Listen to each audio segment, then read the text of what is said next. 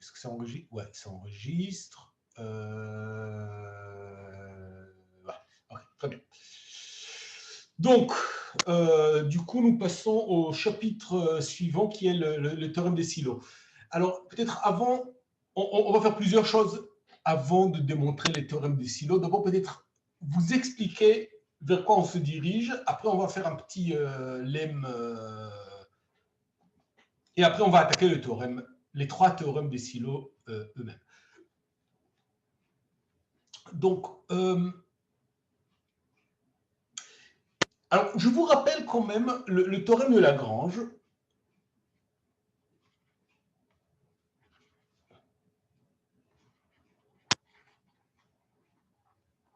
Qui dit que si H est un sous-groupe de G, alors l'ordre de H divise l'ordre de G.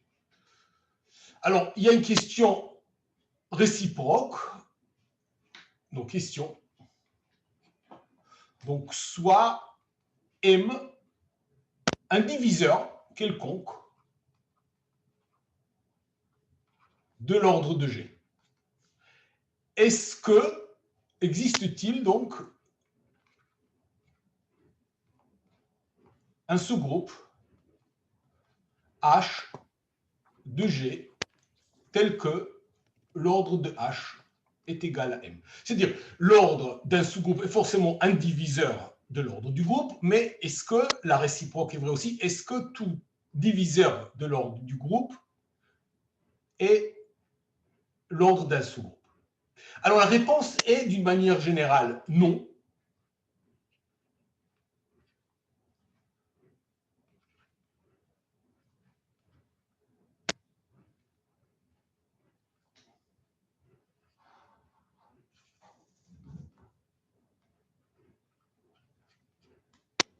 Bon, on peut chercher des exemples. Là, ce n'est pas ce qui m'intéresse en ce moment.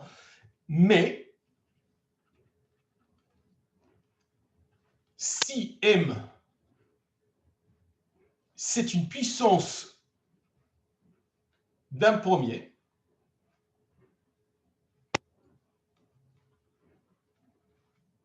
alors oui. Donc, si j'ai un diviseur premier, pardon, si j'ai une puissance d'un nombre premier qui est diviseur de l'ordre du groupe, alors il va exister un sous-groupe dont c'est l'ordre. Alors, ce qu'on va considérer dans le théorème des silos, on ne va même pas démontrer ça, une chose que ça va découler de ce qu'on va démontrer, on va démontrer un cas spécial de ça, le cas d'une puissance maximale. Donc, ce qu'on va démontrer,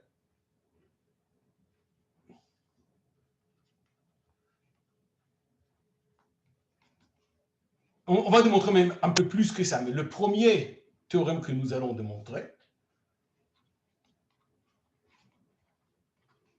c'est que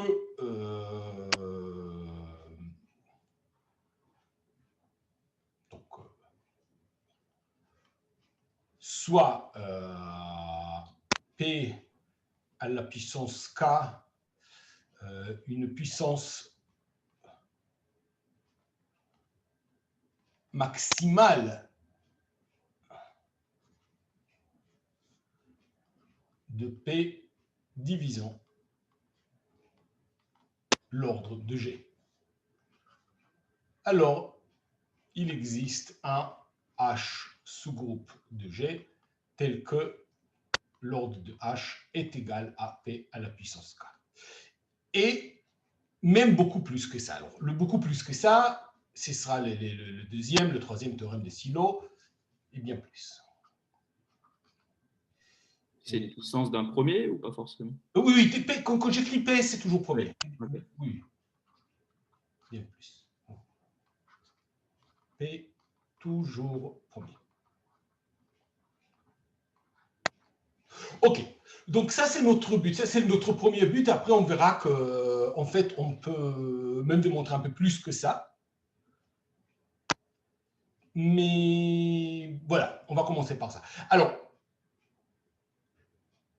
maintenant, avant de démontrer ça, il me faut un petit lemme combinatoire, pas bien compliqué, en préparation. Donc, on se fixe un peu premier. Alors, okay. On passe au cours. Donc, on va se fixer un premier P. Et ce qu'on va faire, c'est que j'ai envie d'appeler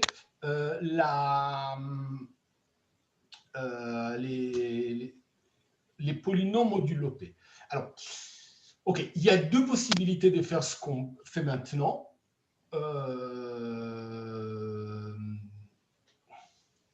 Donc, il y a deux possibilités.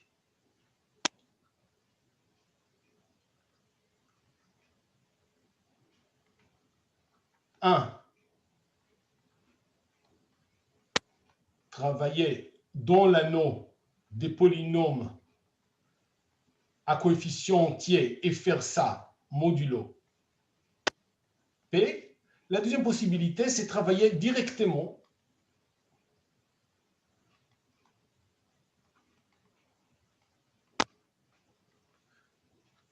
dans Fp de x, l'anneau des polynômes en une inconnue x avec coefficient dans le corps à P éléments. Donc, où Fp, c'est Z sur Pz, donc Z modulo P, mais avec la structure de corps. Alors, j'ai choisi la première possibilité juste pour ne pas trop supposer si jamais, voilà, je ne sais pas en quelle mesure tout le monde est tout à fait à l'aise avec ce corps à P éléments. Ce que je vais faire maintenant en travaillant dans Z modulo P, vous pouvez faire aussi bien en travaillant directement avec des polynômes au-dessus des Fp. On va faire le premier.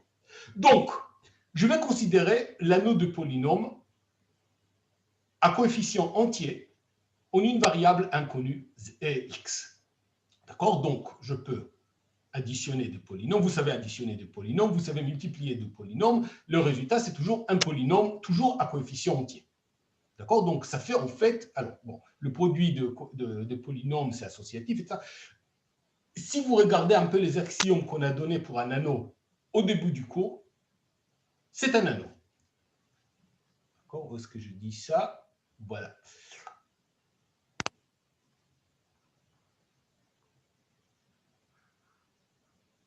Donc, Z, polynôme entier, enfin polynôme à coefficient entier en l'inconnu x, ça forme un anneau.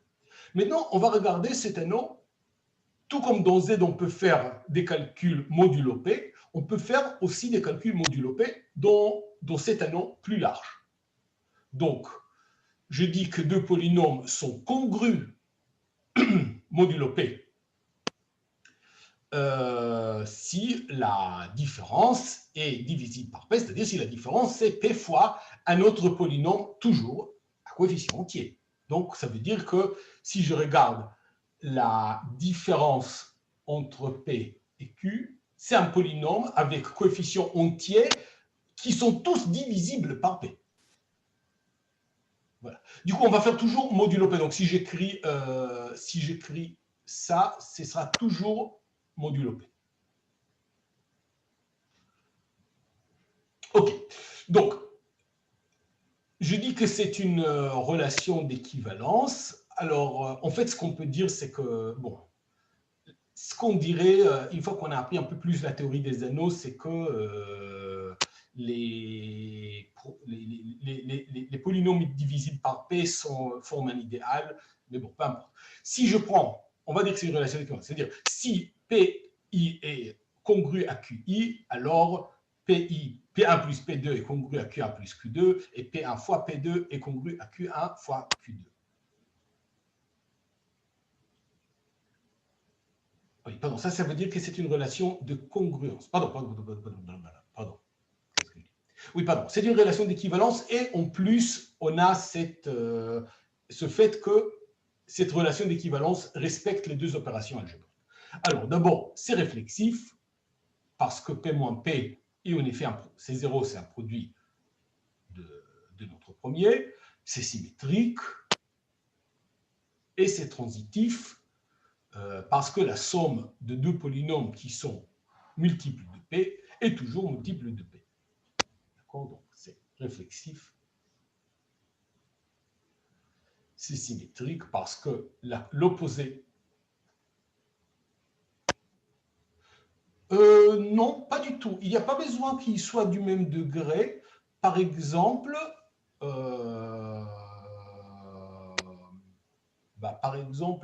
x plus px au carré est congru à x. On est d'accord?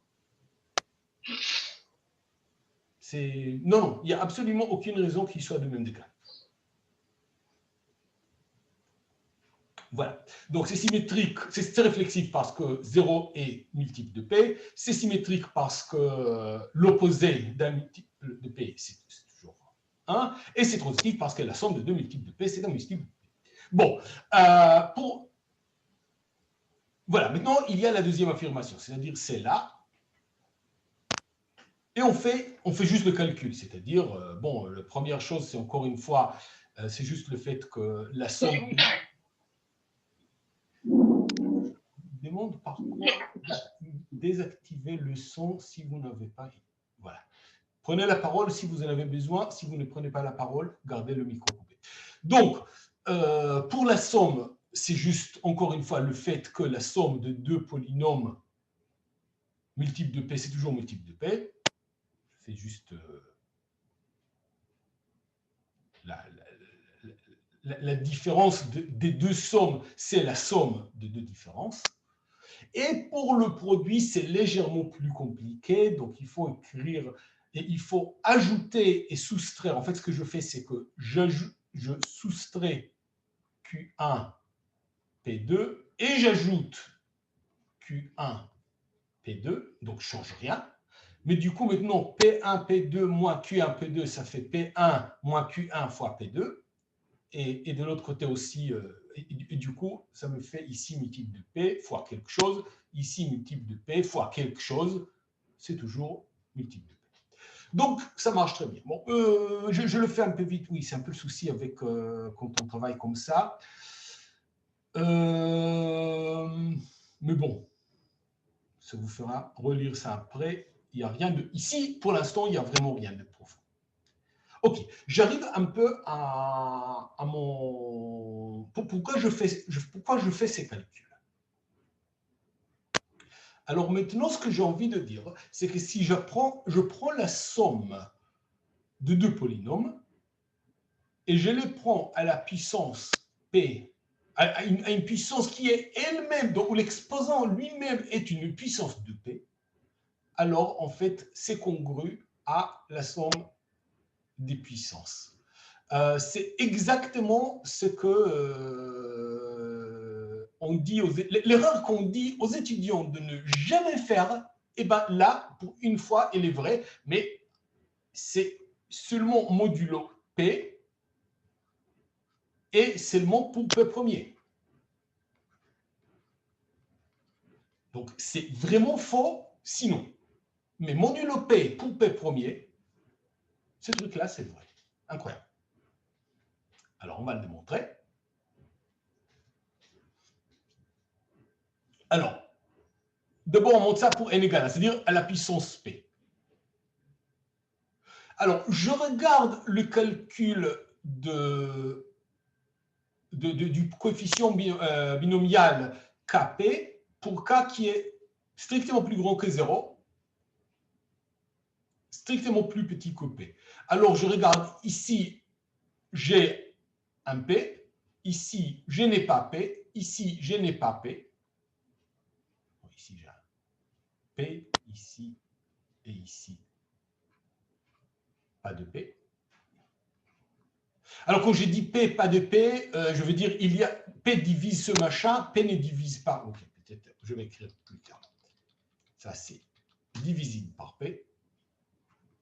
Divisible par P. Et cela, non divisible par P. Donc, le tout est divisible par P. on utilise fortement le fait que P est premier ici. Donc, par conséquent, si je fais P plus Q à la puissance P moins P à la puissance P moins Q à la puissance P, bon, ben voilà, j'applique la formule du binôme. Tap, tap, tap, tap, tap, tap, tap. Il me reste que cela, et ici, et ça, c'est divisible par P.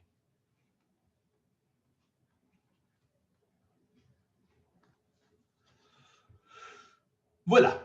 Donc, j'ai démontré que P plus Q à la puissance. Donc, qu'est-ce que j'ai démontré ici? J'ai démontré que P plus Q à la puissance petit p. Alors oui, c'est vrai que j'utilise P majuscule et P minuscule. Vous allez me pardonner d'utiliser la même lettre, mais quand même en minuscule et en majuscule.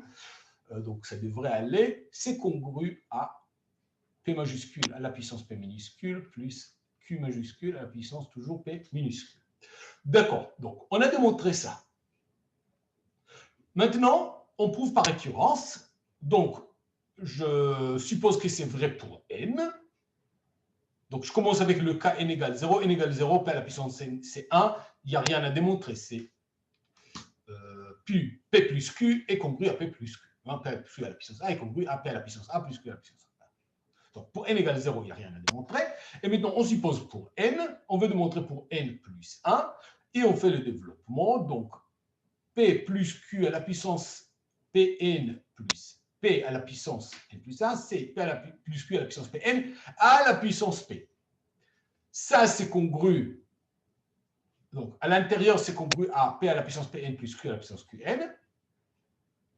Or, mais celui-là, je dois le multiplier maintenant par lui-même P fois. On a démontré que le produit respecte la congruence. Donc, ça va être, une fois que je le prends à la puissance P, ça reste congru.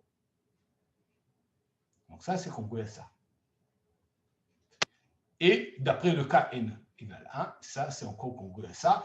Ah, et on a démontré que c'est une relation d'équivalence. Donc, si ça, c'est congru à ça qui est congru à ça, c'est que ça est congru à ça, et on a fini. Super. Donc, on a démontré que P plus Q à la puissance P à la puissance n est bien congru à, donc voilà, P à la puissance m plus Q à la puissance P à la puissance n. Donc, ce truc qui semble horrible. Si jamais je vois quelqu'un m'écrire ça en dehors de ces hypothèses très, très spéciales, et c'est la cata. Mais là, c'est vrai. OK. Pourquoi je démontre ce lemme? Pourquoi je vous démontre ce lemme? Eh bien, parce que maintenant, je vais regarder un cas très, très, très spécial. Je vais regarder le cas, celui-là. Je vais faire le calcul de 1 plus x à la puissance m fois p à la puissance n. Donc, je dis, bon, c'est 1 plus x. Alors, j'ai le droit de faire le lemme que je viens de montrer. Il ne s'applique, on a dit, que pour des exposants qui sont eux-mêmes des puissances de p.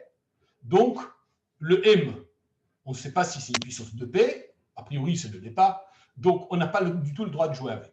Donc, on fait sortir, c'est 1 plus x à la puissance p à la puissance n à la puissance n.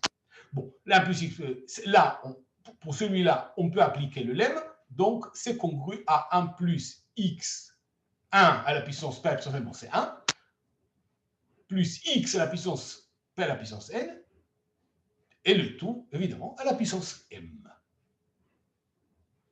Voilà. Et maintenant, je vais regarder le coefficient de x à la puissance. Je vais regarder le coefficient de ce machin-là.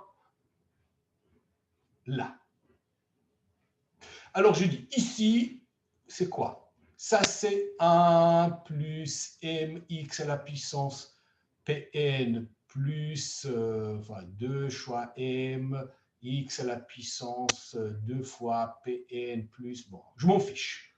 Ce qui m'intéresse, c'est ça. Et ici, bon, ici, c'est un calcul bien plus long, mais quelque part, j'aurais, donc, donc je veux ici x à la puissance p à la puissance n. Donc ce sera quoi? Ce sera fois, bon, 1 fois le complémentaire. Et le coefficient, il sera quoi? J'applique juste la formule du binôme, sauf que je l'applique pour un exposant bien plus grand. Ben, ce sera p à la puissance n choisi de n fois p à la puissance n. OK? Dans les deux cas, j'applique juste la formule du binôme. Bon, les deux sont congrus modulo p. Donc, en particulier, ça veut dire que les coefficients de chaque monôme sont congrus modulo p. Donc, celui-là,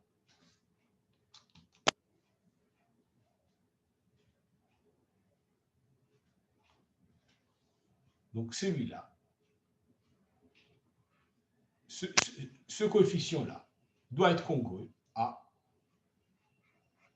ce coefficient-là.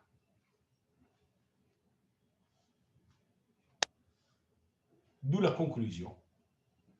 P à la puissance n choisi de m fois p à la puissance n. Une chose que, a priori, je vous déconseille de chercher à calculer à la main est congru à m modulo p. Il y a d'autres manières de faire ce calcul, mais moi j'aime bien le calcul, la méthode que je viens d'appliquer, parce que ça me permet de... Bon, à titre personnel, je pense que c'est la plus simple. Peut-être pour vous, c'est légèrement moins simple parce qu'il a fallu introduire cette notion d'anneau de polynôme modulo p, congruence modulo p dans les polynômes, mais pour tout vous dire, c'est plutôt, pour moi, c'est un avantage parce que c'est une chose qui, c'est pas du tout mal de connaître. Et je reviens, donc voilà, donc ce qu'on a démontré, c'est ça, c'est la seule chose que je veux retenir de tout ce calcul qu'on a fait. Par contre, je me permets de revenir un instant plus haut et de vous rappeler que j'ai dit qu'on avait deux possibilités. Donc, ceux qui ont, on va dire, qui sont un peu plus à l'aise, sont invités à relire ce qu'on vient de faire, mais au lieu de travailler, au lieu de parler de congruence modulo p de polynômes à coefficient entier, parler directement de coefficients, de polynômes avec coefficient dont c'est un nom, enfin c'est un corps même. Et du coup, chaque fois que moi j'ai mis congruence, en fait, ce sera égalité. Et dans FP, donc ce sera vraiment, dans FP, ce sera vraiment la Pm puissance d'une somme, c'est juste la somme des Pm puissance. Bon. C'est assez inhabituel, mais et ça dépend fortement du fait qu'on travaille modulo 1 premier. De toute manière, ça c'est assez de combinatoire pour l'instant. On va retenir ça.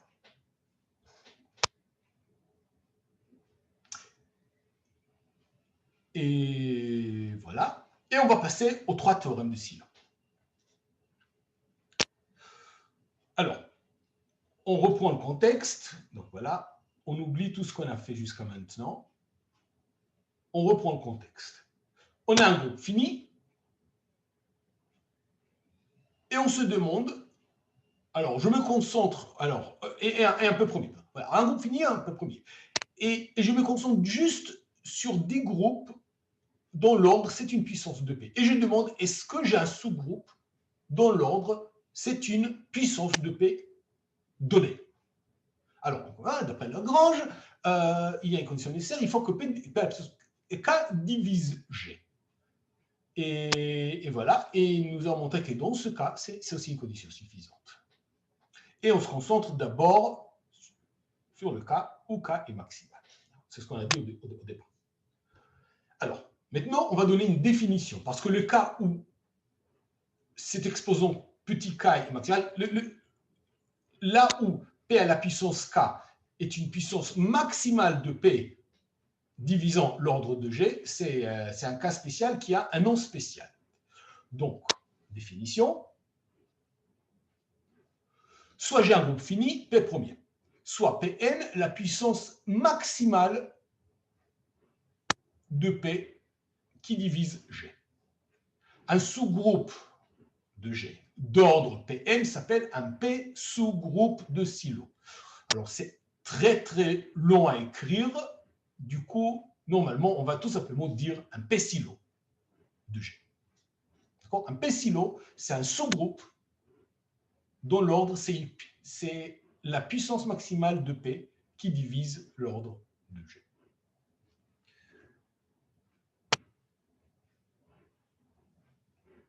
Alors, on va fixer quelques conventions. Donc, G, c'est toujours un groupe fini. P est toujours un nombre premier. Bon, ça, OK. Et on fixe le n maximal tel que P à la puissance n divisé. C'est-à-dire que si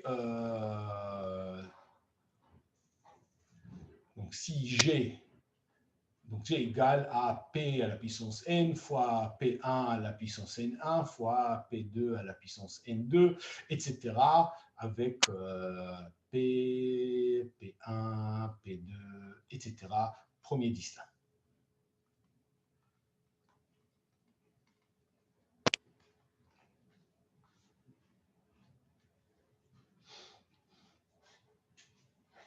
Donc, je prends la puissance de P dans G. Et le reste, je l'appelle M. Donc, M, c'est voilà. C'est l'ordre de G divisé par P à la puissance n, c'est-à-dire que G est égal à M fois P à la puissance n. P n'est pas diviseur de M, c'est-à-dire M est multiple de puissance de premier autre que P.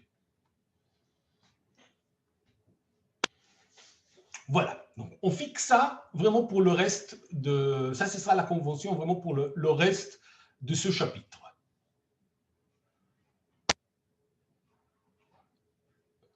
Et voilà. Énonçons un petit lemme. Alors là, je me répète un peu. Voilà, bon, voilà, ok. C'est ce qu'on vient de dire. Ah. Ça, c'est très important. Donc, je regarde l'ensemble de parties de G, de cardinal exactement P à la puissance n. On va peut-être essayer d'ajouter une page blanche de sorte de pouvoir écrire. Voilà. Ok, donc, je répète ici, X, c'est l'ensemble de parties de G tel que le cardinal de S est égal à P à la puissance n.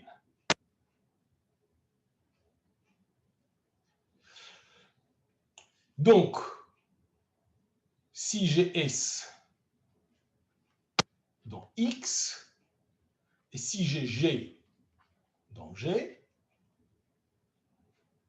alors ça implique que donc GS, vous connaissez la définition de GS. GS, c'est tout simplement l'ensemble de tous les GH pour H dans S. La translation par G, donc l'application H donne GH est bijective. Donc c'est une application de G dans G. Donc le cardinal de GS est égal au cardinal de S, c'est-à-dire égal à P à la puissance n. Donc conclusion, GS appartient à X. D'accord? Donc si GS dans X, GS lui aussi est dans X, et on constate que E fois S, c'est toujours égal à S, et si je fais G1, G2 fois S, alors je peux écrire comme ça, ou je peux écrire comme ça, c'est la même chose, on l'a déjà dit, donc c'est une action.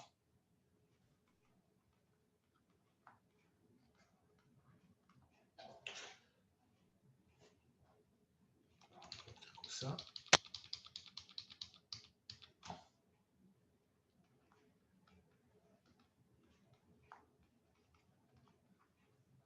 J'ai agi sur X. Et ce que je vous propose maintenant, c'est d'étudier cette action.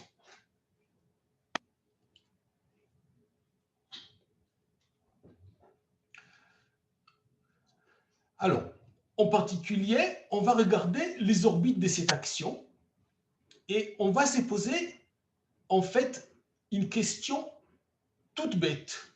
Est-ce que P divise ou non le cardinal de l'orbite? Il y a deux sortes d'orbites. Il y a les orbites dont P divise le cardinal et il y a les orbites dont P ne divise pas le cardinal. Et on va regarder le cas où P ne divise pas le cardinal. Alors, on va énoncer les lemmes. Donc, soit O, une orbite de cette action, et supposons que P ne divise pas le cardinal de l'orbite. Alors, je prétends que cette orbite, elle est forcément l'orbite d'un P sino.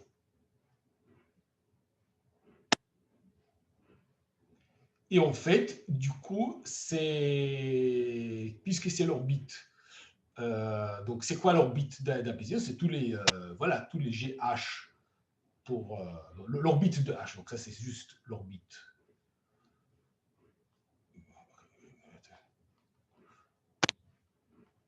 L'orbite de H.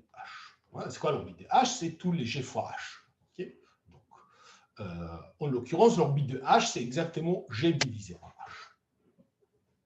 OK. Démontrons ça.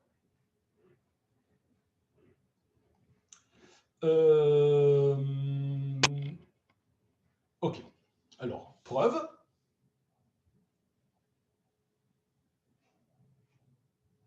Donc, on nous donne une orbite, d'accord? On nous donne une orbite qui est telle que P ne divise pas son cardinal. Et je prends du coup P, pardon, on est où là?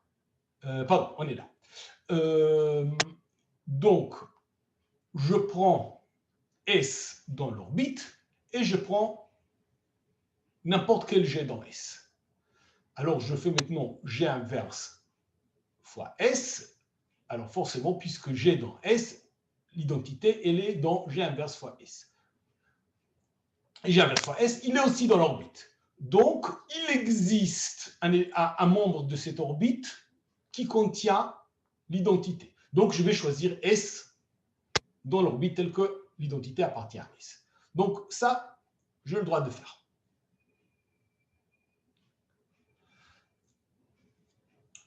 Alors, je prends maintenant le stabilisateur de S. Donc, je vous rappelle, on va peut-être ouvrir encore une page.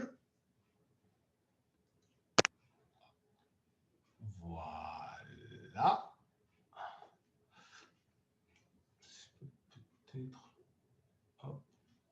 OK.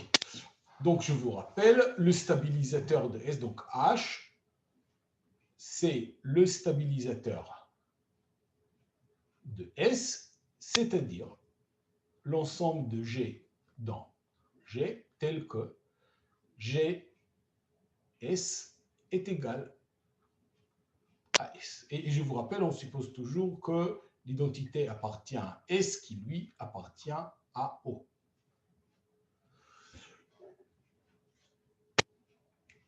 Alors, supposons que H appartient à... Petit h appartient à H majuscule. Alors, H, puisque l'identité appartient à S, H fois l'identité appartient à HS. Mais on a dit que H appartenait au stabilisateur, donc HS est égal à S. Conclusion, tout membre de H appartient à S. H égale H fois E appartient à H fois S qui est égal à S. Donc, conclusion, tout petit h appartient à S. Donc, le sous-groupe H est inclus dans S. En particulier, l'ordre de H est forcément plus petit que le cardinal de S, donc plus petit que P à la puissance n. Ok, maintenant on va voir que la seule possibilité pour que cette inégalité soit vraie, c'est qu'en fait on ait une égalité. Pourquoi? Parce qu'on sait que, alors encore une fois, ici j'utilise la formule des classes, donc formule des classes nous dit que le cardinal de O, c'est quoi O? O c'est O de S, donc c'est G, c'est l'indice de GS dans G, c'est-à-dire l'indice de H dans G. Donc ça, c'est juste la formule de classe. Formule des classes. Donc, O, cardinal de O fois cardinal de H, c'est cardinal de, ben c'est l'indice fois H, c'est le cardinal de G, c'est M à la puissance P. Or, P ne divise pas O. C'était ça notre hypothèse de départ. Il fallait l'utiliser à quelque part. Quand même, on ne l'a pas encore utilisé. Donc, forcément, puisque le produit il est divisible par P à la puissance N, P est premier et P ne divise pas O, P à la puissance N doit diviser H. P à la puissance N divise H, mais H, le cardinal de H, pardon, le cardinal de H est plus petit ou égal à P à la puissance N. La seule possibilité, c'est que le cardinal de H, l'ordre de H, soit égal à P à la puissance N. Encore une fois, vous voyez, j'utilise très fortement le fait que P soit premier. Si P n'était pas premier, il pourrait très bien se passer que, voilà, que P ne divise pas O, mais que quand même, voilà, un diviseur de P divise O. Enfin, bref. Lorsque P est premier, je dois exprimer ce deux-là comme produit factorisé comme produit de puissance de premier. Ici, je n'ai aucune puissance de P, donc toutes les puissances de P doivent venir du deuxième. Okay. Et bien voilà, j'ai trouvé mon P silo. C'est H. Maintenant, de surcroît, puisque H est inclus dans S et ils ont le même cardinal, et cardinal de H égale P à la puissance N qui est cardinal de S, H et S ont le même cardinal, il y a une inclusion, donc c'est forcément égal. Donc O, c'est l'orbite, non, c'est l'orbite de S, donc c'est l'orbite de H, et l'orbite de H, on a dit c'était ça. Voilà, H est un P silo, H égale à S, O égale O de H égale ce machin-là. C'est quoi O de H? C'est tous les G fois H, et tous les G fois H, c'est exactement G divisé par H. Et on a démontré tout ce qu'on voulait. OK? Donc, je reviens à l'énoncé. On a défini cette action de G sur X, sur l'ensemble des parties. Alors, voilà, je remonte un peu. Je vous rappelle, donc, on a défini cet ensemble X des parties de G de cardinal P à la puissance N. Je regarde, j'ai une action naturelle de G sur X par translation. Et je regarde les orbites de cette action et j'arrive à la conclusion que si j'ai une orbite dont le cardinal n'est pas divisible par P, c'est que c'est forcément l'orbite d'un P silo. Et de surcroît, d'ailleurs, puisqu'elle est sous cette forme, on va faire une petite remarque, on va la mettre où cette remarque? On va la mettre ici.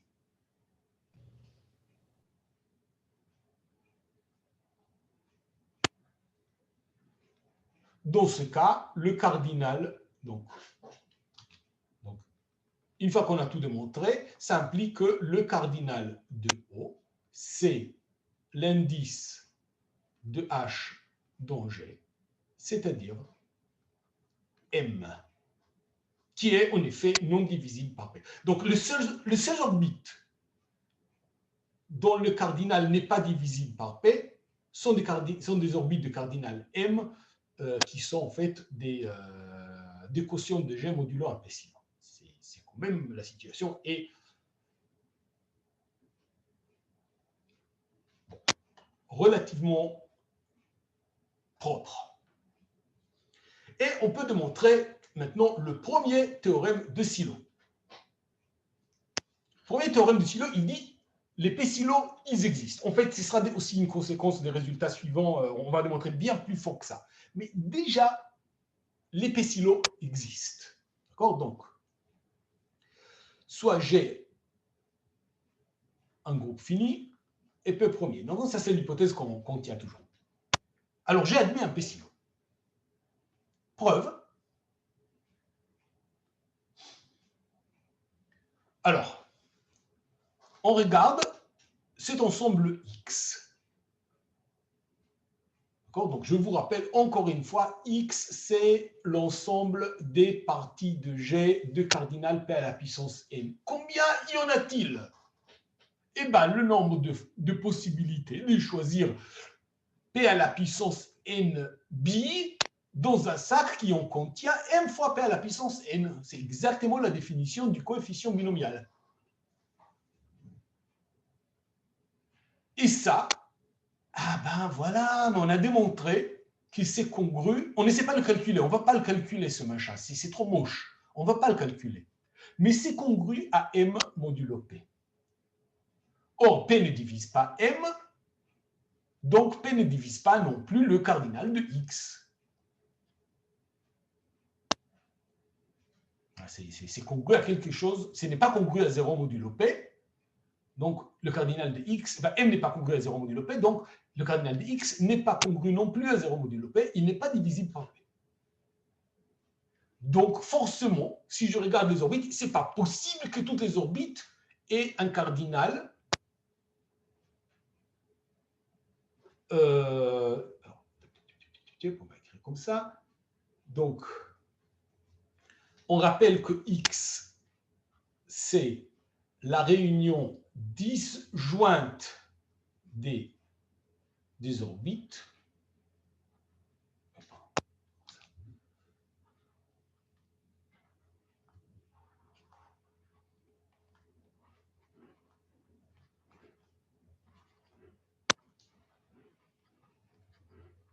Et ça, c'est la réunion disjointe.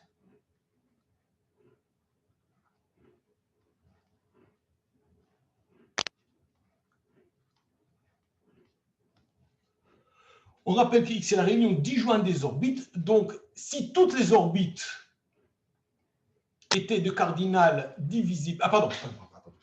Donc, puisque c'est la réunion disjointe, ça veut dire que le cardinal de X, c'est la somme pour O dans oméga des cardinales des orbites. Ça, on le savait. Enfin, on a déjà vu cette formule. Hein, ça ne devrait pas être une surprise pour vous. On a déjà vu cette formule.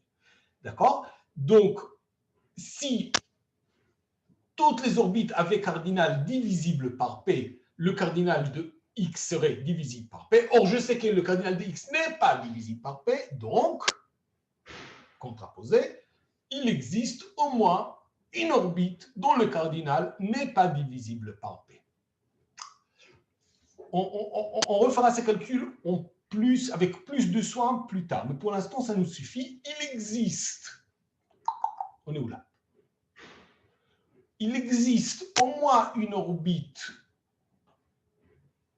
telle que P ne divise pas son cardinal, et d'après le lemme, il y a un P-Sylow tel que bababababa, mais on s'en fiche. Le tel que bababam, on s'en fiche.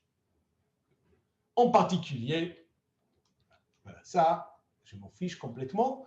En particulier, un P-Sylow existe. Fin d'histoire. OK. Donc, déjà, ça nous dit qu'on s'est trouvé des sous-groupes de cardinal puissance de P maximale. Monsieur, Oui, monsieur, j'ai une question. En fait, je comprends pas pourquoi le cardinal de X est égal à MPN. En fait, la première égalité sur le cardinal de X dans la preuve. on est d'accord qu'on a défini ça.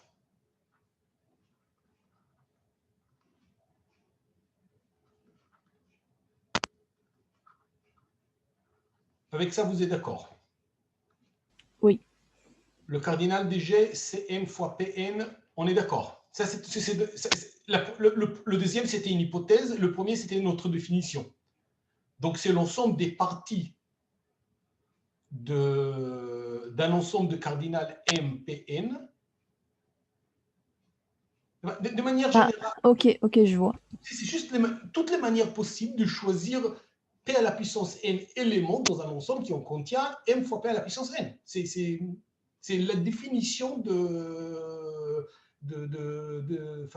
c'est ce que vous appelez peut-être parfois, je ne sais pas, peut-être vous écrivez, je ne sais pas, je déteste cette notation, du coup je l'oublie toujours, mais je pense que c'est ce qu'il y a à l'envers, non? C'est quelque chose comme ça.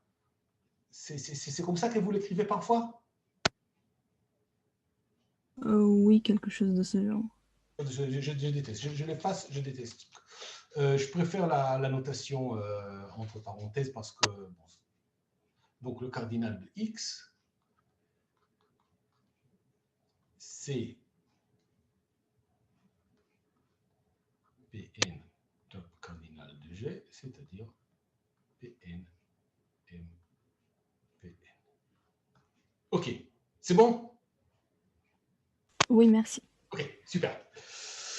Très bien. Donc,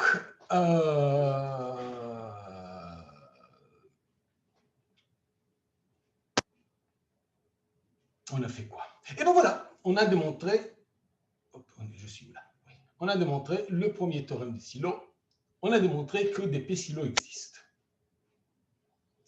Passons au deuxième théorème de Sylow. J'ai fait tes mots de préparation que maintenant je peux les enchaîner un par un. Alors, la chose suivante. Alors ça, c'est un peu plus drôle. Je ne sais pas pour l'instant combien de P-Sylow j'ai. Mais si jamais j'en ai plusieurs, alors ils sont conjugués. Qu'est-ce que ça veut dire? Ça veut dire c'est que si j'ai H et K deux P-Sylow, alors il existe un G, un élément du groupe, tel que K, c'est tout simplement H conjugué par G. Okay, ça, c'est K égale H conjugué par G.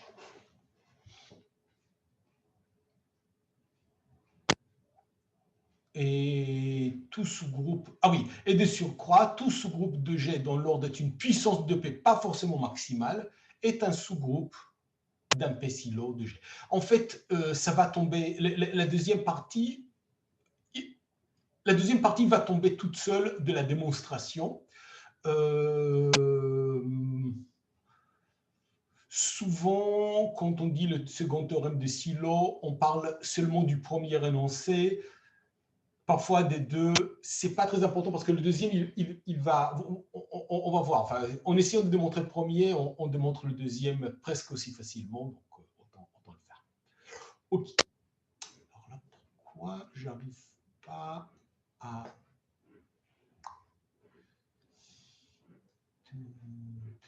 Ok, bon, on va le faire comme ça. Démonstration. Donc, je prends un P-Sylow et je prends un sous-groupe.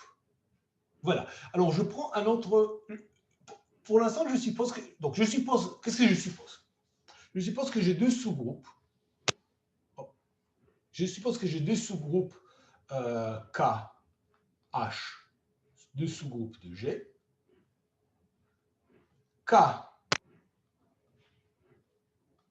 est un P silo, donc l'ordre de K c'est Pn, et l'ordre de H c'est... pardon, je le prends à l'envers. H est un P silo.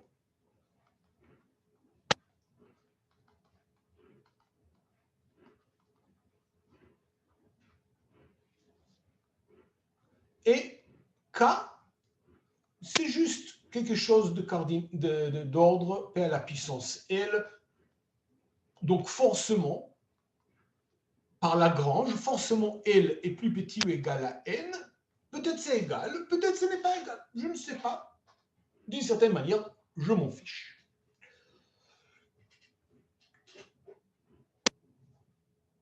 Et je regarde l'action de K sur G divisé par H.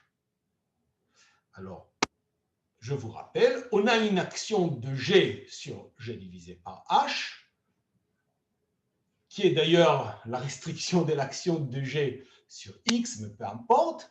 Et du coup, je peux restreindre cette action à K. Donc, c'est quoi l'action de K sur G divisé par H? C'est quoi cette action? Bah, alors, si GH est dans G divisé par H, et si F appartient à K, alors F fois GH, c'est tout simplement FG fois H. Ça appartient à G, donc ça appartient toujours à G modulo H. Donc c'est juste, je prends l'action de G sur H et je la restreins à K. OK. Là, il n'y a aucun souci.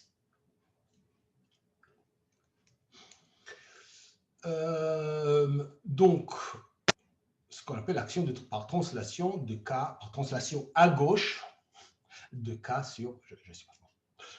OK. Donc, on agit sur un ensemble de cardinal M. M n'est pas divisible par P. Donc, il existe au moins une orbite telle que P ne divise pas le cardinal de l'orbite. Même argument que tout à l'heure. Car G à la puissance H, c'est la réunion disjointe. Disjointe des.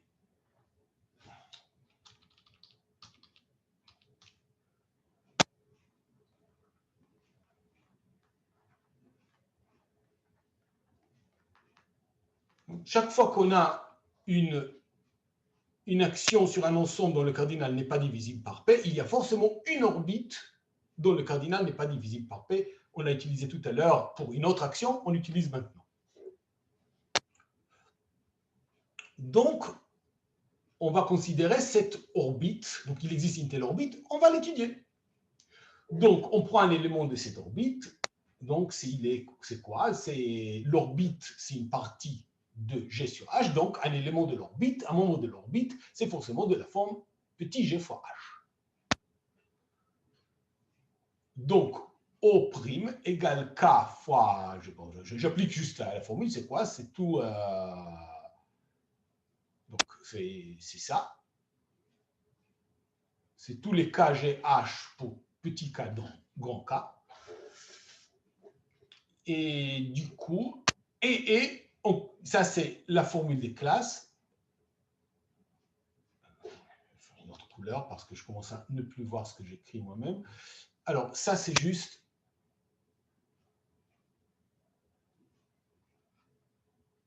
la formule des classes.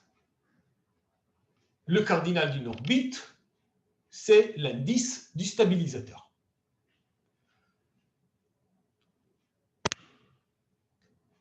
Et du coup, l'indice du stabilisateur, voilà. Alors là, je fais peut-être un peu vite. K, bon, c'est pas si vite que ça. Un K modulo K, GH, c'est bon, cardinal de K divisé par cardinal de KGH. Enfin, on s'en fiche un peu. C'est P à la puissance L divisé par quelque chose. Ça divise. C'est un diviseur toujours de P à la puissance L. D'accord? Donc, le cardinal de l'orbite divise P à la puissance L. Alors là, attendez, j'ai un souci là. D'un côté, je dis que c'est un diviseur de P à la puissance L. D'un autre côté, je dis que P ne le divise pas. Alors, comment c'est possible qu'un nombre entier soit diviseur de P à la puissance L sans être multiple de P? Eh bien, il y a une seule possibilité, c'est que c'est 1. 1 divise P à la puissance L sans être multiple de P. Tout autre diviseur de P à la puissance L, c'est forcément multiple de P.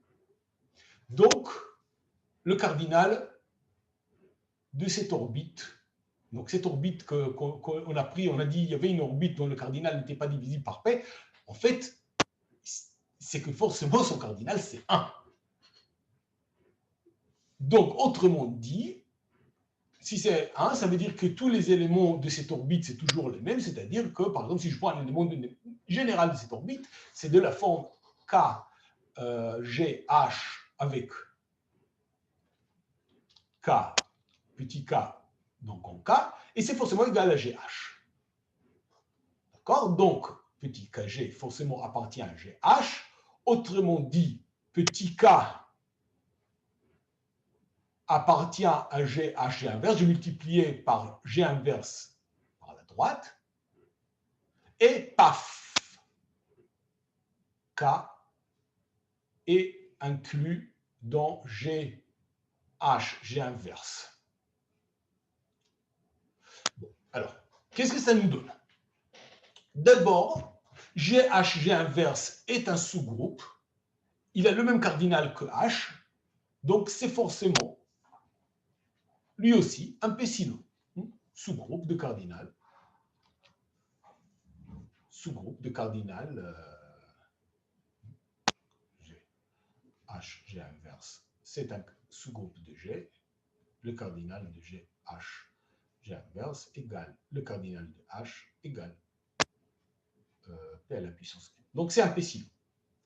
Donc, qu'est-ce que j'ai démontré? J'ai démontré que si K, alors, ok, donc je vais faire juste un résumé. Là, il y a trop de choses qui sont écrites. Je vais faire un résumé.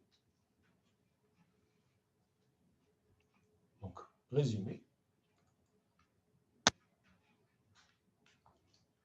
Si H et K sont deux sous-groupes de G, H est un P-silo.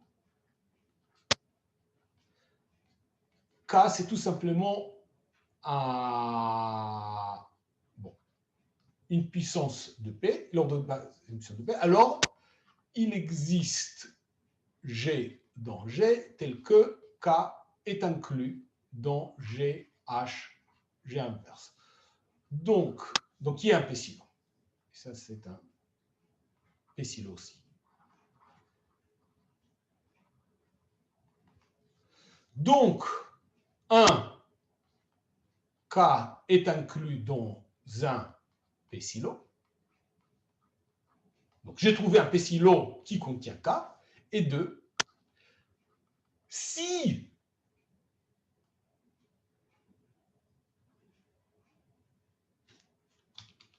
K est aussi un P-silo, vous voyez bien que je commençais, jusqu'à maintenant, l'hypothèse, la démonstration était très asymétrique. H jouait un rôle, K jouait un rôle complètement différent. Maintenant, je vais symétriser un peu et je dis, OK, H était un P-silo, K pas forcément. Maintenant, je suppose que K, lui aussi, est un P-silo. Donc, alors,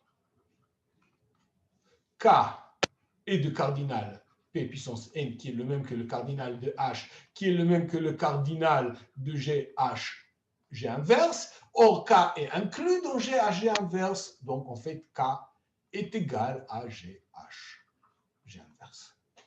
Et K est conjugué à H. Et ça démontre le théorème.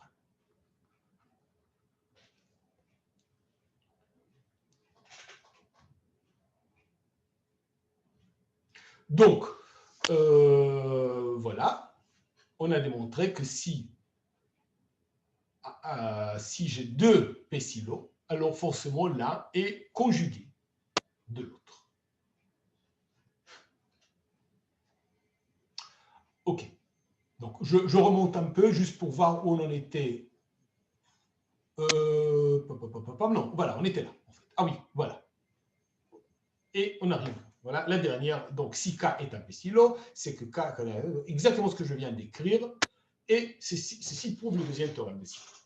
D'accord. Donc, qu'est-ce qu'on a démontré? On a démontré, un, que les P silo existent. Deux, qu'ici, il y en a plusieurs. Alors, je n'ai pas dit qu'il y en a un seul. Peut-être il y en a plusieurs. Mais s'il y en a plusieurs, ils sont tous conjugués. Donc, ils sont pas très différents. Enfin, si, ils sont différents, mais ils ne sont pas, disons, ils ne sont pas non liés. Il y a des liens très forts entre les différents P silo. Et maintenant, vous allez me dire, oui, d'accord, mais est-ce qu'il y en a plusieurs ou est-ce qu'il n'y en a pas plusieurs? Combien de P silo y a-t-il? Alors, en fait, bon, d'une manière générale, on ne peut pas juste le dire comme ça, c'est-à-dire que peut-être qu'il y en a un seul, peut-être qu'il y en a plusieurs. Mais parfois, en fait, on peut montrer qu'il existe forcément un seul P silo, où on peut restreindre beaucoup, de toute manière, on peut restreindre beaucoup les possibilités sur le nombre de P silo. Alors, je vais ouvrir encore une page. Pourquoi il me fait ça? Oui. D'accord. Je vais ouvrir encore une page si j'ai envie d'écrire ici. Donc, OK, d'accord. Donc là, on passe au troisième théorème des silos.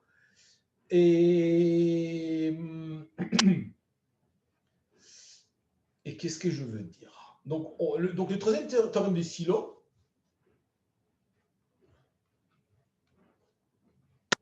ce qui nous donne, c'est des contraintes de restriction. Donc, contraintes sur le nombre de P silo de G. Ce nombre, je vais l'appeler le plus souvent NP, le nombre de P silo de G. Et je vais... voilà, parfois ces contraintes suffisent pour montrer en fait que l'unique nombre qui vérifie ces contraintes, c'est 1, donc il y a forcément un seul P silo. Et parfois, il peut y avoir plusieurs P silo. Et on le voit justement que les contraintes sont vérifiées peut-être par autre chose. Mais on verra, il y a vraiment ce sont des contraintes assez fortes. OK, alors on va regarder l'énoncé.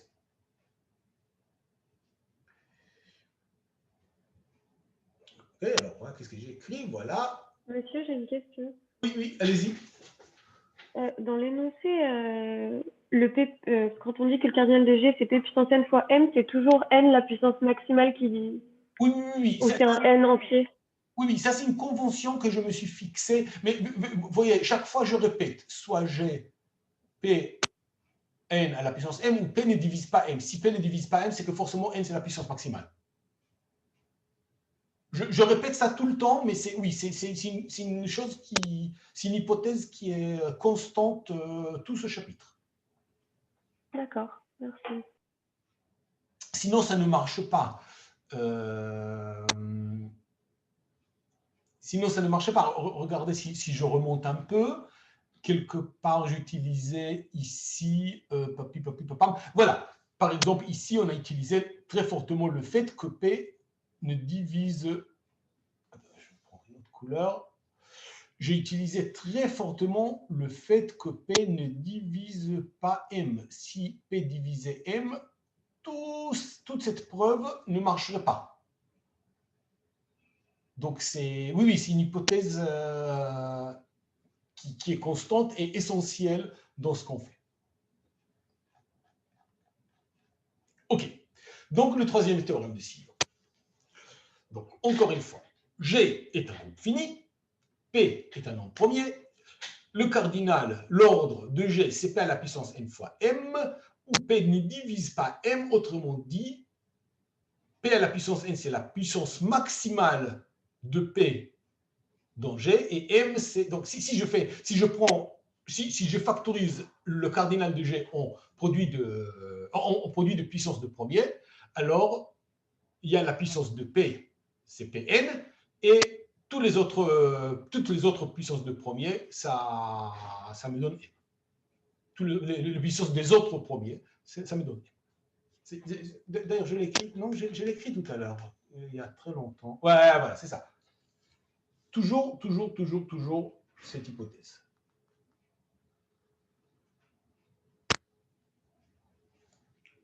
Cardinal de G, si je l'exprime comme produit de puissance de premier, alors j'ai P à la puissance n, et puis j'ai plein d'autres puissances de premier, dont le produit, c'est exactement m. OK. Donc, toujours même hypothèse, et maintenant, j'ajoute une nouvelle notation, n indice P, c'est le nombre de P-silo de G. Alors, plusieurs choses. Deux choses, en fait, juste deux choses. D'abord, c'est forcément un diviseur de M. Donc, en particulier, P n'est pas diviseur de NP, parce que P n'est pas diviseur de M. Et deuxièmement, c'est congru à 1 modulo P. Donc, c'est une autre raison, d'ailleurs, pour laquelle P ne peut pas être diviseur de M. Alors, on remarque tout de suite que 1, donc petite remarque tout de suite, 1 vérifie toujours ces deux conditions. Donc, on ne pourra jamais exclure la possibilité qu'il y ait un unique P-silo. Par contre, on pourrait peut-être exclure la possibilité que NP soit distinct de 1. On ne pourra jamais exclure avec ce théorème la possibilité que NP soit égal à 1. OK, donc la possibilité...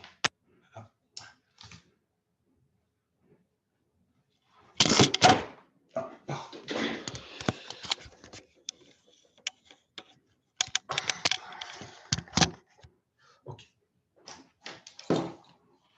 Ce qui arrive quand un chat joue avec les câbles. OK. Pardon, est-ce que j'ai mis... Donc, la possibilité...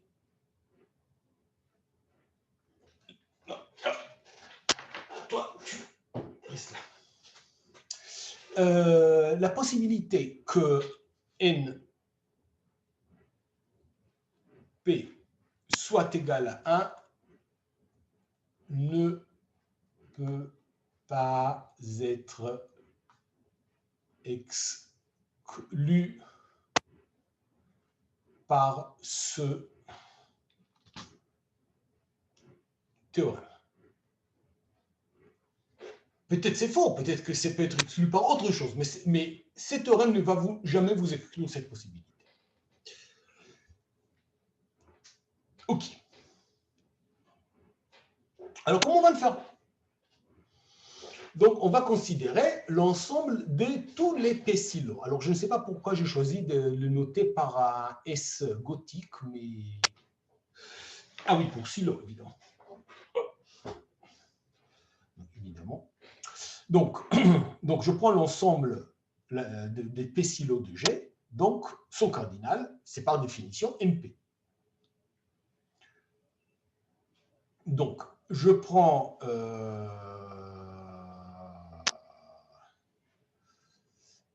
je prends un H dans cet ensemble. Alors, quels sont les conjugués de H? D'un côté, si je prends un conjugué de H, donc c'est forcément encore un sous-groupe de cardinal Pn, donc c'est encore un P silo. Et le deuxième théorème nous dit la réciproque si j'ai n'importe quel élément de S, c'est conjugué de H. Autrement dit, G est égal à l'ensemble des conjugués de H. D'accord? Donc, S, je ne sais pas faire des S gothiques, écoutez, c'était une erreur de ma part. Mais bon, voilà, S, je vais quand même essayer, laissez tomber.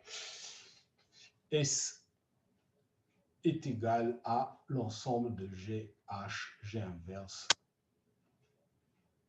pour petit g appartient à G. OK? Bon. Ah. Maintenant, je reviens à quelque chose que, bon, ce que j'ai donné en exercice. En fait, c'est encore une fois, c'est exactement. Alors, on va peut-être, je vais expliquer. En fait, c'est encore une fois la formule des classes. Il y a, mais par rapport à une autre action. D'accord? Donc, qu'est-ce qu'on fait? OK? Qu'est-ce qu'on fait?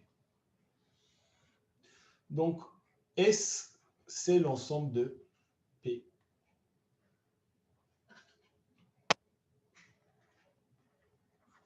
silo de G.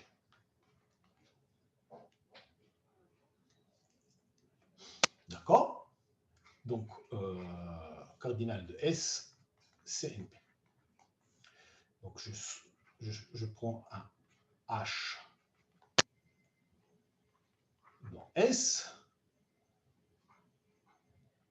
Alors, si...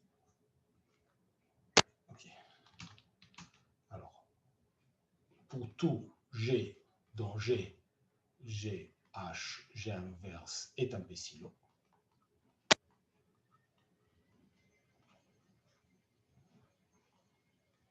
Donc, G, H, G inverse appartient à S. Et le second théorème nous dit la réciproque. Si K appartient à S, alors il existe G dans G tel que K égale G, H, G inverse. Autrement dit, S est égal à l'ensemble de G, H, G inverse, G dans G. Et maintenant, je définis une action par conjugaison.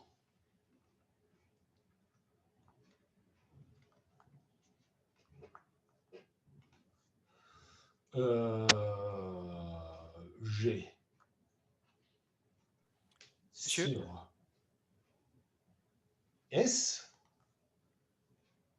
Donc, je vais prendre un, disons, si j'ai un F dans G et un G, H, G inverse dans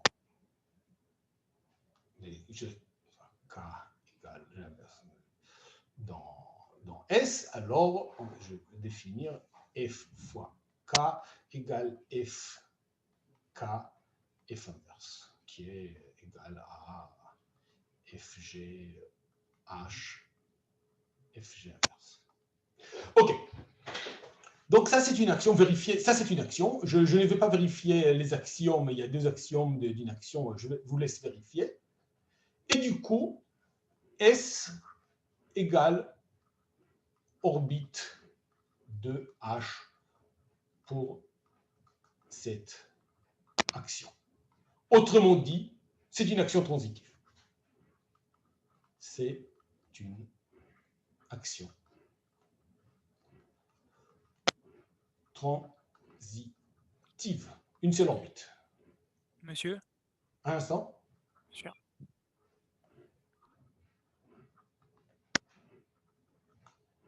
Oui. Il faut savoir, le S calligraphique, l'ensemble des P silo, c'est pour un P donné ou c'est pour tout P dans Non. Mon P, il est fixé. Mon P, il est fixé, ok. Le P, il est fixé pour le chapitre. Pour un P différent, il faudra... Non. Le P, il est fixé. Regardez, j'ai dit cardinal de S égale NP. Mon P, il est fixé. Non, qu'est-ce qui vous embête? Vous auriez préféré que j'écrive S indice P? Ah non, non, c'était juste pour savoir, en fait. C'était juste pour être précis, Oui, oui. mais ok. S égale... OK. On va l'écrire comme ça. Mais c'est juste que c'est toujours le même P. Du coup, à un moment donné, j'en ai marre d'écrire P tout le temps. Mais oui, le P, il est fixé pour la journée. Enfin, plus ou moins. Non, mais très bien. Non, comme je dis, j'apprécie d'avoir des questions dans ces circonstances. Merci beaucoup. Donc, et puis c'est important que vous compreniez. Donc,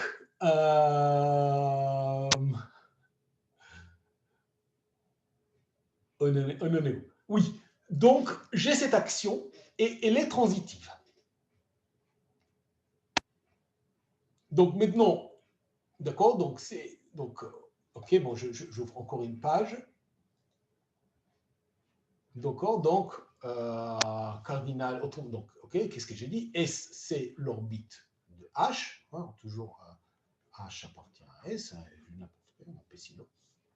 Donc S, c'est l'orbite de H, donc cardinal de S, donc cardinal de S, c'est le cardinal de l'orbite de H, qui est l'indice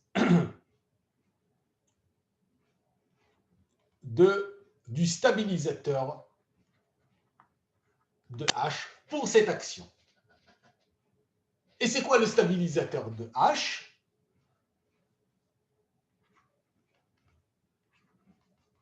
C'est l'ensemble de G, de G dans G, tel que GH, G inverse est égal à H, parce que c'est l'action par conjugaison. Et ça est, on y a donné un nom, c'est le normalisateur dans G de H. Le normalisateur.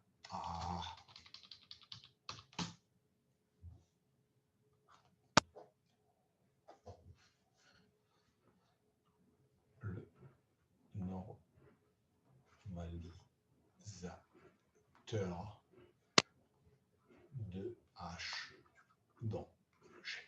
On a déjà vu ça quand on a parlé de sous-groupe, on a donné ça comme un exemple de sous-groupe de G. Et d'accord. Donc, conclusion. Le cardinal, donc NP, c'est le cardinal de S, c'est l'indice de NG de H. Ok, donc c'est là où c'est ce que bon, dans les notes j'ai dit comme vu dans l'exercice machin bidule, on a ça et bon voilà, c'est ça la vue. D'accord, donc ça c'est le cardinal, c'est l'ordre de G modulo l'ordre de NG de H. Et maintenant arrive une chose qui est assez drôle. Or, toujours H est un sous-groupe de NG de H. Ça, c'est toujours. Toujours pour tout sous-groupe. Toujours pour tout sous-groupe.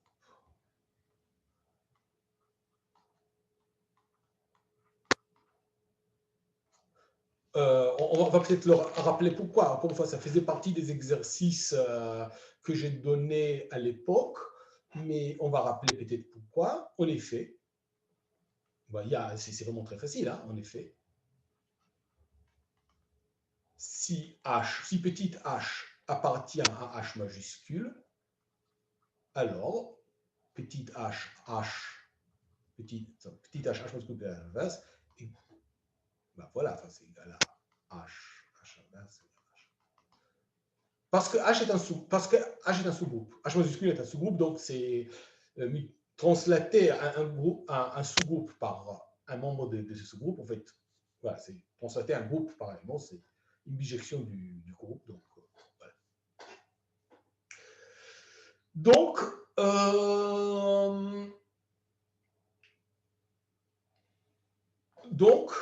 J'applique Lagrange. Appliquons Lagrange à ça. Je change de couleur de temps en temps. Ça fait plus joli. Donc, j'applique Lagrange à... pardon, je ne suis pas à bon endroit. J'applique Lagrange à ça. Donc, l'ordre de H doit diviser l'ordre de NG de H. D'accord? Donc, l'ordre de H divise N de H. Maintenant, je prends ça et je conclus que... Alors là, il faut juste suivre un tout petit peu et conclure du coup que... donc là, je vais remplacer le dénominateur par quelque chose qui a un diviseur du dénominateur. Donc, G, le cardinal de G modulo le cardinal de NG H. Donc là, je divise par quelque chose qui contient plus de diviseur premier. Donc, ça va diviser G divisé par le cardinal de H. Ok, ça, c'est juste, c'est de l'arithmétique de base. Pensez en termes de, si vous factorisez chacun de ces machins en produit de premier, vous voyez très bien qu'il se bat ça. Or, ça, c'est NP, et ça, c'est M. Et donc, on est arrivé à la conclusion. NP divise M. Voilà. Donc, ça, c'est la première partie du troisième théorème de Sylow. Alors, je reprends mes notes juste pour être sûr que je n'ai pas... Voilà. Qu'est-ce qu'on a dit? Voilà. Donc, on est ici. Rappelons que la conclusion de l'exercice machin bidule. Voilà, c'est exactement ce que je viens de faire en tout détail. Là, dans les notes, c'est en 3 mots, donc c'est peut-être mieux de faire en tout détail. Donc, le cardinal de S, c'est un 10 qui, lui, est diviseur de l'indice de H. Et ça veut dire juste, voilà, NP divisé. Le cardinal de S, c'est l'indice. H est un sous-groupe, donc cardinal de H divise le cardinal du normalisateur, donc G divisé par le normalisateur divise G divisé par H, ça c'est M, ça c'est NP, on a fini. Ok, on a fini la première partie du troisième théorème. Il reste encore la deuxième partie du troisième théorème, et c'est là, si vous regardez un peu, c'est là où on travaille le plus. Et encore une fois, on va regarder. Ah, donc on revient. Bon, il reste quelques minutes et ça suffit juste, mais bon, voilà. On revient à l'action qu'on a donnée au départ. Donc peut-être que là, je vais ouvrir une page par la suite. Ici, hop. Pourquoi ça me fait ça? C'est pénible. Oh, voilà. Bon, je ne sais pas pourquoi ça fait ça. Ok, donc on est ici. On est ici. Donc, je prends une autre couleur. Hop. Voilà. Revenons maintenant à l'action G sur X. Donc, je rappelle, X, c'est encore l'ensemble, c'est encore l'ensemble de S partie de G tel que le cardinal de S est égal à P à la puissance M et G agit sur X par translation. GS donne GS. C'est l'action la plus naturelle. Et je prends oméga, l'ensemble des orbites.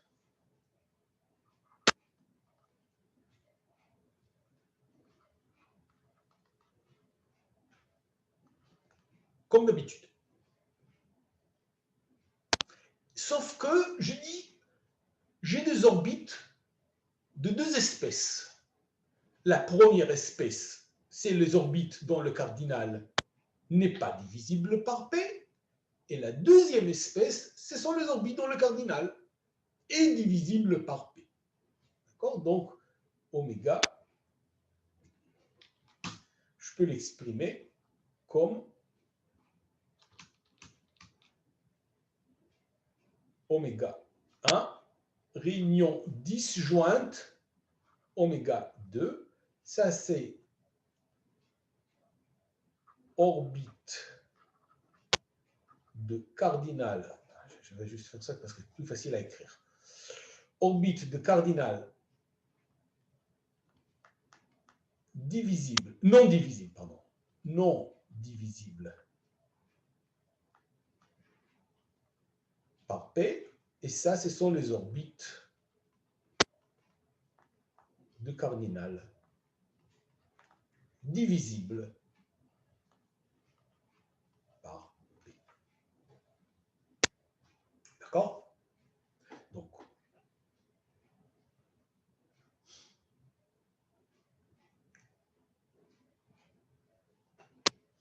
alors, on va regarder.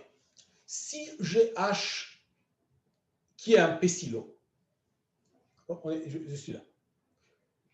Si j'ai H qui est un P-silo, donc en particulier, H est dans X, et l'orbite de H, c'est juste G divisé par H. On l'a déjà dit, hein, si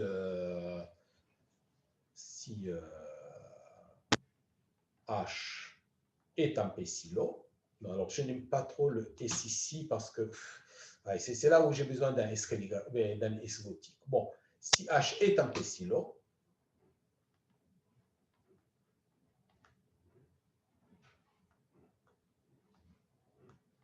alors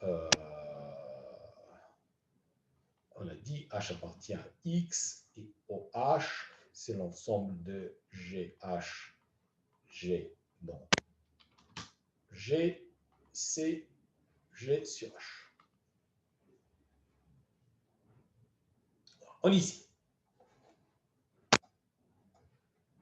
Donc, ça me donne une application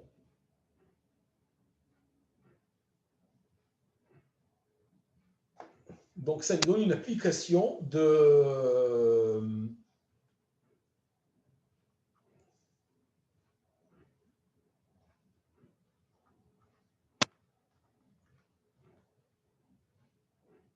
okay, je vais noter comme ça mon S gothique parce que sinon, voilà, de S, donc ça ce sont les P-silo.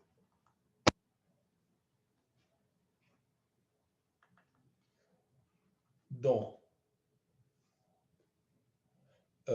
oméga qui a H associe son orbite. Alors, je prétends deux choses. Je prétends que c'est une bijection en fait avec oméga 1, qui c'est exactement une bijection avec les orbites qui ne sont pas divisibles, dont le cardinal n'est pas divisible par P. Alors, d'abord, le cardinal de OH, c'est l'indice, c'est le cardinal de G sur H, donc c'est l'indice de H dans G, donc c'est M. P ne divise pas M. Donc, en effet, on rentre en fait dans oméga 1.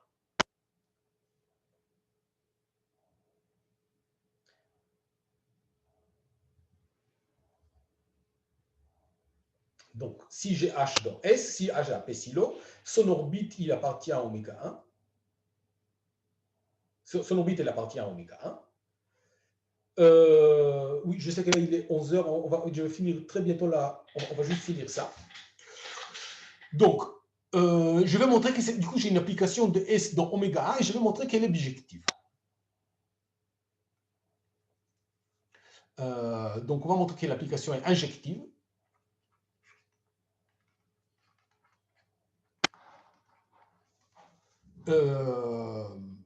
Bon, en effet,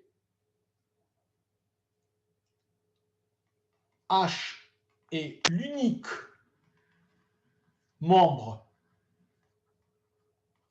de OH qui contient l'identité, parce que OH, on a dit c'est G divisé par H, G divisé par H c'est une partition de G, donc un seul élément de cette partition contient l'identité, c'est lequel? C'est H. Donc, H est l'unique membre de l'orbite qui contient E, l'identité. Donc, si je connais l'orbite, je connais H. Autrement dit, si K et H appartiennent toutes les deux à S et OH égale OK, alors H égale K. Parce que c'est l'unique membre de cette orbite qui est, les deux orbites sont égales, donc une orbite, c'est l'unique membre de cette orbite qui contient l'identité. Donc ça, c'est injectif. Très bien. Montrons que c'est surjectif.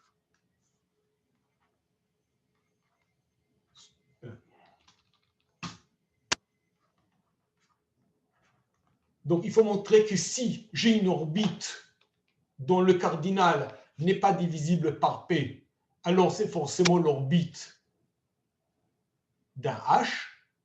Eh bien, mais c'est exactement le lemme que j'ai démontré au tout départ. C'était notre premier lemme.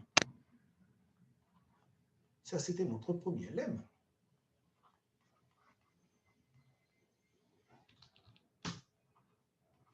Je reviens... Je ne sais plus écrire. Je reviens en arrière. Je suis désolé, je reviens beaucoup en arrière. C'était quoi notre premier lemme ici? Si j'ai une orbite dont le cardinal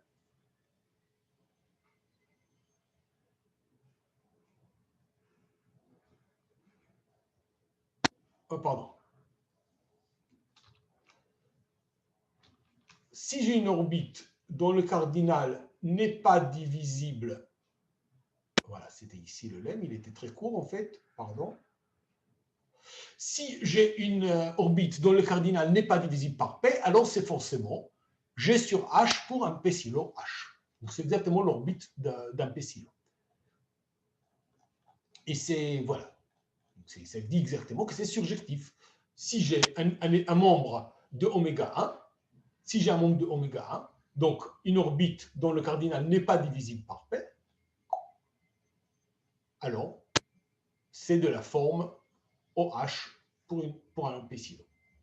C'est exactement notre premier lemme. Et bien voilà, fini. Donc c'est bijectif, donc conclusion. Le cardinal de S, donc ce qui est NP, est égal au cardinal de oméga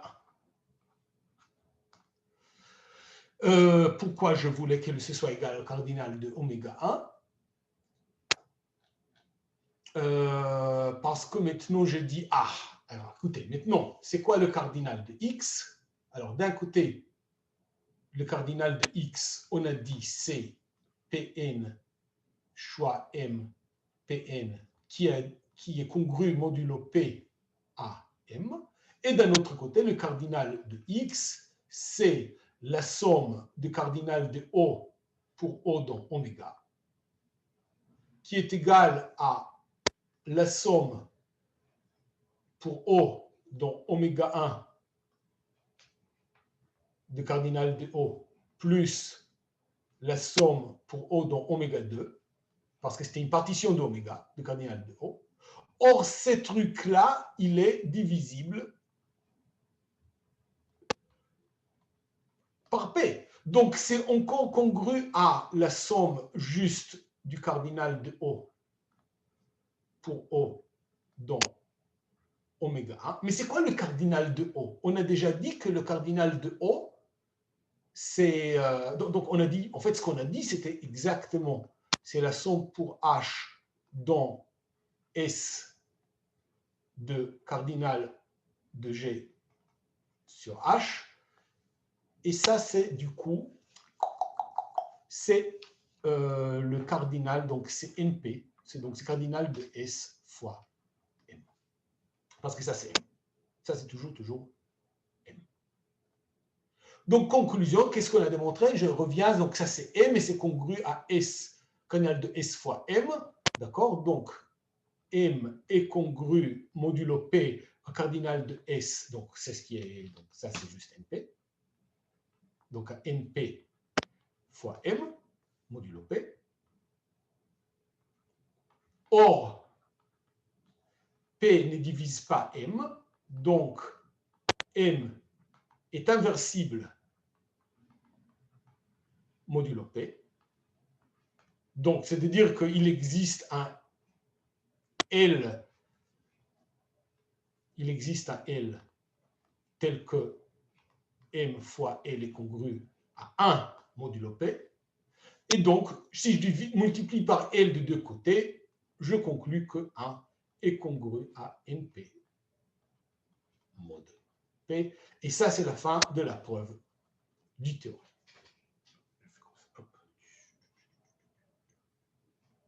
Voilà.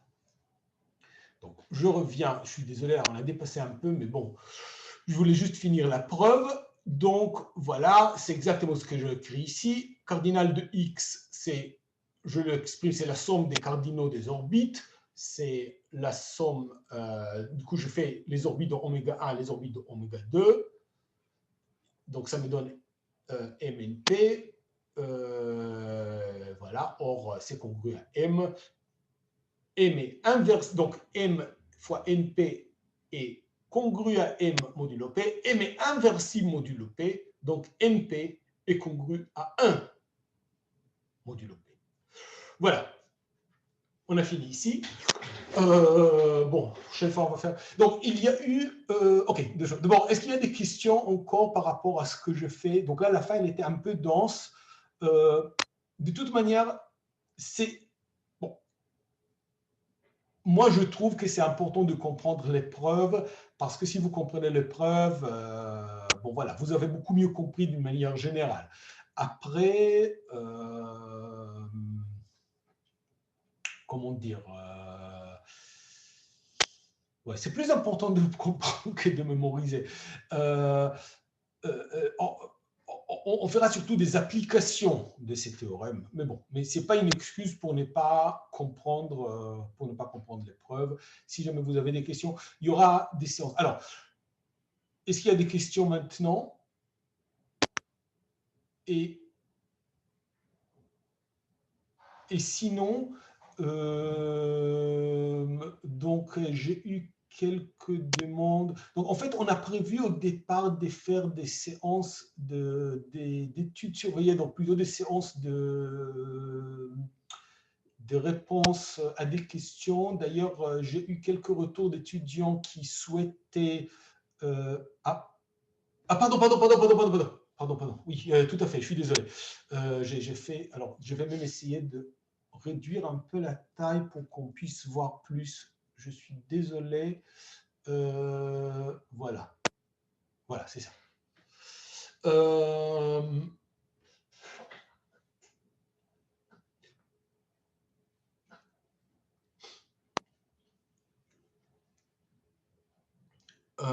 Qu'est-ce que je dis? Oui, j'ai eu le retour de quelques étudiants qui souhaitaient qu'on revienne un peu au CC, au deuxième CC. Donc, on pourra tout à fait faire ça. J'arrête l'enregistrement là. On parle maintenant des procédures. S'il n'y a plus de questions sur le cours lui-même, j'arrête l'enregistrement.